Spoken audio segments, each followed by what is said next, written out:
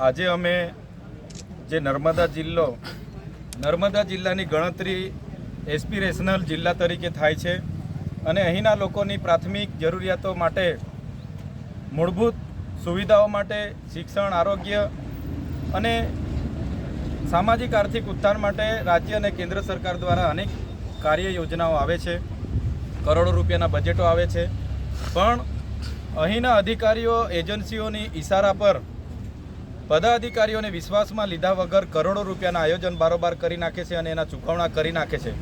એના વિરોધમાં અમે કલેક્ટર શ્રી નર્મદાને આવેદનપત્ર આપવા માટે જઈ રહ્યા હતા. અમારી સાથે સરપંચશ્રીઓ, તાલુકા જિલ્લા પંચાયતના સદસ્ય અને અનેક પદાધિકારીઓ હતા.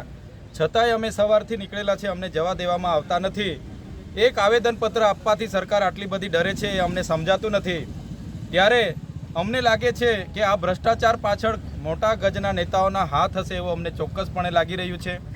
તમે જોઈ શકો છો જે નર્મદા જિલ્લામાં ભ્રષ્ટાચાર થયા છે. 2022માં પ્રાયોજના વહીવટદાર અને કાર્યપાલક ઇજનેર દ્વારા કુવા, ચેકડેમ અને ઉદ્વહન સિંચાઈ યોજના માટે 8 કરોડ રૂપિયા એક બોગસ એજન્સીને ચૂકવણા કરી દેવામાં આવ્યા છે. એ એજન્સી પણ બોગસ છે, સરકારનો કોઈ પરિપત્ર પણ નથી, બારોબાર પ્રજાના પૈસા ચૂકવવામાં આવે, એની તપાસ થવી જોઈએ. બીજો મુદ્દો અમારો એવો છે કે ડેડિયાપાડા અને સાગબારા તાલુકા અને વિકાસશીલ તાલુકાની જોગવાઈ દર વર્ષે 2-2 કરોડ રૂપિયા મળે છે. ગયા વર્ષે પણ પદાધિકારીઓએ જે માગણી કરી એને સાઈડ પર રાખીને બાયોગેસ, હાઇમસ જેવી બિનજરૂરી યોજનાઓ, આરો પ્લાન્ટ, બંક બેડ જેવી કોઈ બિનઉપયોગી યોજનાઓ લાવીને કરોડો રૂપિયા એજન્સીઓને ખંખેરી લીધા છે. એવી રીતે આ વર્ષે પણ આયોજન અધિકારીએ 4 કરોડનું બારોબાર આયોજન કરી દીધું છે અને આ વર્ષે પણ એવા જ કામો બિનઉપયોગી મંજૂર કર્યા છે. એનો પણ અમે વિરોધ કરીએ છીએ. સાથે વન વિભાગ દ્વારા છેલ્લા 5 વર્ષમાં એક પણ નિવિદા પાડ્યા વગર એમના લાગતા વળગતા કોન્ટ્રાક્ટરોને કરોડો રૂપિયાના બિલો, વાઉચરો ચૂકવી દેવામાં આવે છે. એનો પણ અમે વિરોધ કરીએ છીએ. સાથે મનરેગામાં જે એજન્સી ફિટ કરેલી છે એ એજન્સીએ આ વિસ્તારમાં ડેડિયાપાડા તાલુકામાં પોતાનું ગોડાઉન નથી રાખ્યું કે ડેડિયાપાડા વિસ્તારમાં કોઈ મટીરિયલ નથી રાખ્યું, રોયલ્ટીવાળા બિલો પણ નથી રજૂ કર્યા, છતાં પંચાયતો પર મોટી ટકાવારી લીધી છે. એનો પણ અમે વિરોધ કરીએ છીએ. અને આવતા સમયમાં જે આદિ આદર્શ ગ્રામમાં છે 18 કરોડનું જે રોડ રસ્તાના કામો અમે બધાએ લડ્યા ત્યારે સરપંચોને 18 કરોડના કામો આપ્યા અને બીજા 50 કરોડનું બારોબાર આયોજન કરી લીધું છે.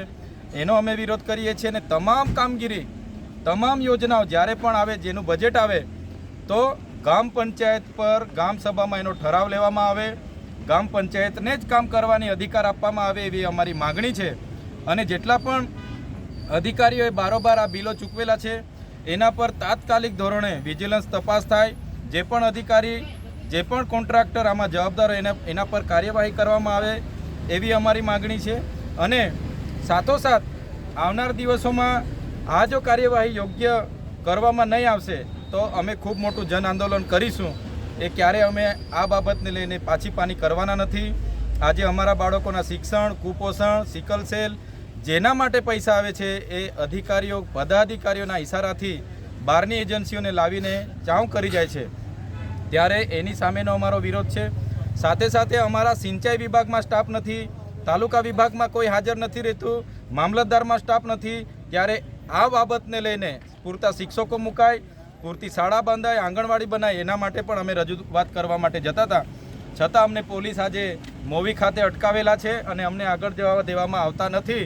ત્યારે અમે આપણા માધ્યમથી કહેવા માગીએ છીએ કે આ લોકશાહીનું હનન છે, અમને દબાવવાની વાત છે.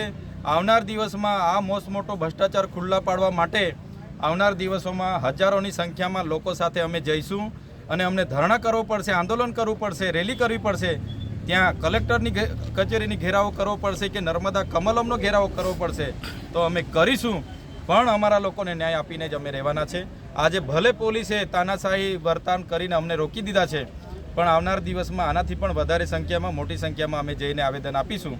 એ જ આપણા માધ્યમથી સૌને કહેવા માગીએ છીએ. ધન્યવાદ.